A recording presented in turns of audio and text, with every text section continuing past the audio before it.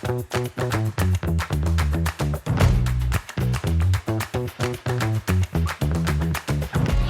and welcome to the Men on the Path to Love podcast, the 4 things to always remember in relationship episode. I'm Bill Simpson, your host. I coach men who are struggling in relationship, how to communicate effectively, build trust, and deepen intimacy so they can be the best version of themselves in relationship and live the life they love. Early on my path for love, I hosted a weekly hour-long radio show called Pathways to Health. One of the features of the show was your relationship tip of the week, where a couples counselor, and frankly a mentor of mine, would offer a short relationship tip. One that stood out for me that I never forgot was about these 4 things I'm about to share with you.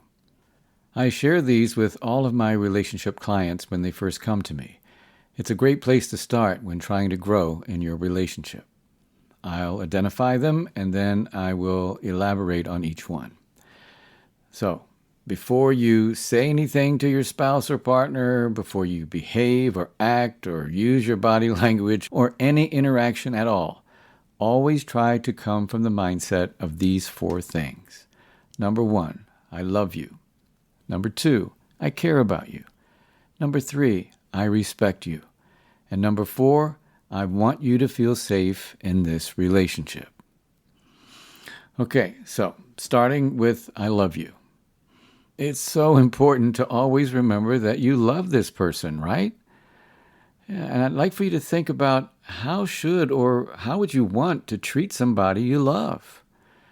When I had one of my clients, I'll call him Carl, when I had Carl do this exercise, he quickly realized that he wasn't acting very loving towards his partner.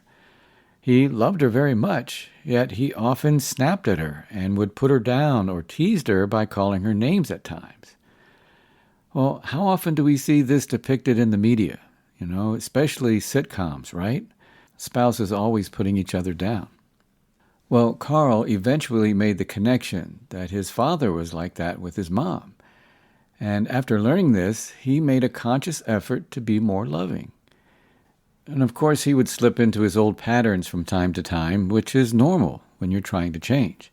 With Carl putting down his partner, like many of us do, it's not surprising, really, because often we tend to hurt the ones we love the most. And why is that? Well, research says there are a variety of reasons why. One could be from the environment we grew up in, past history, like with Carl. His father modeled the behavior he ended up taking on. Another could be that we feel more comfortable or familiar with our spouse or partner and let our guard down and not filter out our expressions of anger that could hurt them. And with that, emotions can run high in relationships and be really intense, causing you to respond more impulsively to your spouse or partner, saying or doing something you may regret later. And if it's hard for either of you to regulate your emotions, that can lead to hurtful behavior. When your spouse or partner doesn't meet your expectations, and you get disappointed, that can lead to unintentionally acting in a way that hurts them. Sometimes we can project our own emotions towards our partner, emotions that we haven't resolved, or even stress from other areas of our life, we can project them onto our spouse or partner. For example, if you're stressed at work and come home and you take it out on your spouse or partner, had nothing to do with her, it was what happened to you at work. And having different communication styles can come into play here. And this can often lead to misunderstandings, where one of you may see it as a harmless comment, the other person might see it as hurtful. And I want to stress here that most of this behavior is not intentional. That's why self-awareness and taking in feedback is so important.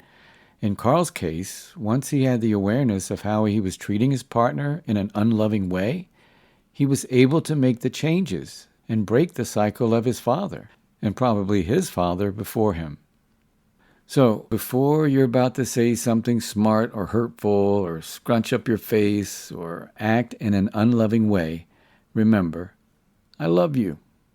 and tell your spouse or partner and show it in how you interact. Let go of your ego for the sake of love. Number 2 of the 4 is I care about you. Now, it's normal to think that, well, if I love this person, naturally I care, right? Well, you may certainly love your spouse or partner, and yet your actions might not show that you care. We can get so caught up in the day-to-day that we forget to show how much we care, or we just take each other for granted. That's part of why my wife and I say 3 appreciations to each other before going to sleep each night. So let your spouse or partner know that you care about what she or he thinks. Ask about how their day went. Ask about their health and well-being. Listen and show real interest in what's being said, and offer support through the good and the bad stuff. Show that you're interested in their hopes and dreams and day-to-day life. When you show that you care, you're building trust, which ultimately deepens your connection for the long term of the relationship. Next, number 3, I respect you. Aretha Franklin demanded it, and rightly so. We all deserve respect, period, especially in relationship. I've heard a lot of women in my clinical practice say how they felt disrespected in their relationships, and they often leave when they don't get it. It's really understanding that you both are equals, and both of you deserve respect. Be respectful in your words and your actions. I coach my clients to use mindful communications, and part of that is understanding that reality is in the eye of the receiver, which means, in terms of respect, if my wife says she feels disrespected, well, that's her reality, whether I think it's true or not. I trust that it's her experience, and I respect her experience. I may ask her to tell me more so I can be clear as to how she felt that way. It's not about being right or wrong, it's trusting in her experience. Another thing I want to say about respect is to respect your spouse or partner's body. No means no. I hear a lot of men say how frustrated they get when their spouse or partner turns them down for sex. I get it, I understand. Yet some of them feel like they're entitled, which is definitely a turnoff. Remember, showing some respect can go a long way, again, in building trust and for the longevity of the relationship. And finally, last but not least, number 4, I want you to feel safe in this relationship. This is huge, guys, I'm telling you. Often as men, we can overlook this. Safety in relationship is important to women because men are generally bigger and stronger and can be threatening simply because of our physicality, even if it's only on a subconscious level. Men don't usually feel that sense of physical threat, so it's important to be mindful that your spouse or partner might. Safety is especially important when you are mad or upset. Just because you're angry doesn't mean that you have to yell and act aggressively. It's just an intense feeling. Take responsibility for your feelings and act accordingly. You can even say something like, "Babe, I love you and I'm really angry at you right now, and I need to step out for a few minutes and calm down." And the time to talk about stuff is when you're both in a calm place. Taking responsibility for your emotions can help create a sense of safety. And as everything, it goes both ways. Women can make the relationship feel unsafe as well. One example of that is when I had a client who I'll call Eric. Whenever he would make himself vulnerable, his wife would belittle him and call him weak. And as a result, he would shut down and not share his feelings. Ultimately, they grew apart and the marriage ended. And I have to say, just loving someone fully can feel dangerous in itself, right? Yeah, it's so important that both parties work at creating safety in the relationship. It gives room for each other to be real and vulnerable, which is a huge part of a deep, long-lasting relationship. So once again, here are the 4 things to always remember in relationship. Number 1, I love you. Number 2, I care about you. Number 3, I respect you. And number 4, I want you to feel safe in this relationship. I have a handout with these 4 things on there that I give to my clients to put in a place in their home where they can see it, reinforce it, and then act on it. And you can make one for yourself. Just write these 4 things down. You can put it on your refrigerator, bathroom mirror, in your car, or wherever you want to remind yourself of these 4 things. And in any situation where you feel angry, frustrated, or you're about to say something or do something to your spouse or partner you might regret, pause, take a deep breath, and remember, you can accept those thoughts that you're having, the feelings that come up, even your bodily urges or sensations, yet you respond from your relationship values. In other words, I love you, I care about you, I respect you, and I want you to feel safe in this relationship. Now, it may not be easy at first, trust me, yet, and you will probably resist at times because your brain is used to doing it the old way. Have patience and be gentle with yourself in the process.